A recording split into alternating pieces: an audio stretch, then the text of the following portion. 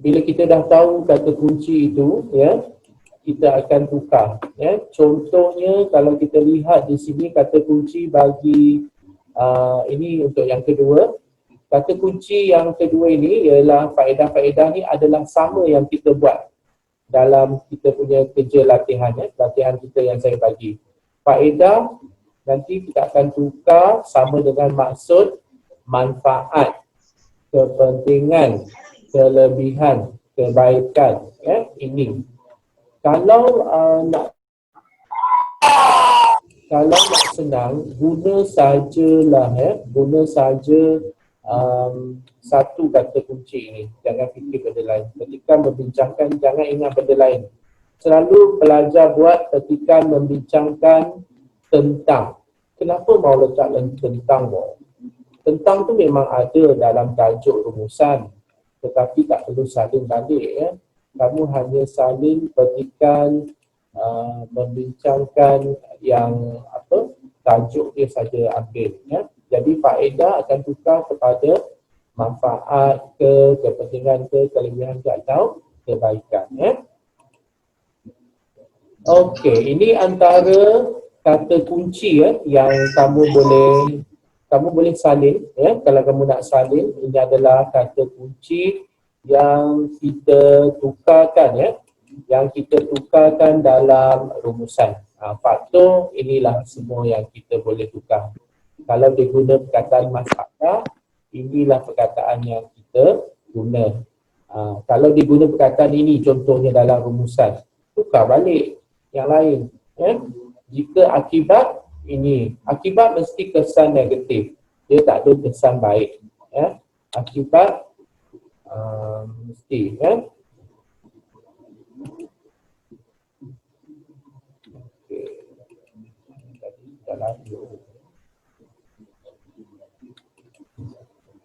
Ayo, jalan sekejap.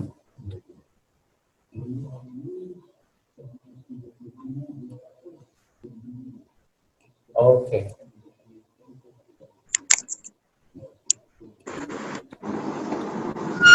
Okey, inilah, ya, kata kunci tadi. Kalau ciri-ciri ialah sifat-sifat, kalau faedah-faedah, ini yang kita akan guna dalam rumusan kita yang kerja kita kali ini. Okey. Kalau langkah-langkah banyak, langkah-langkah banyak.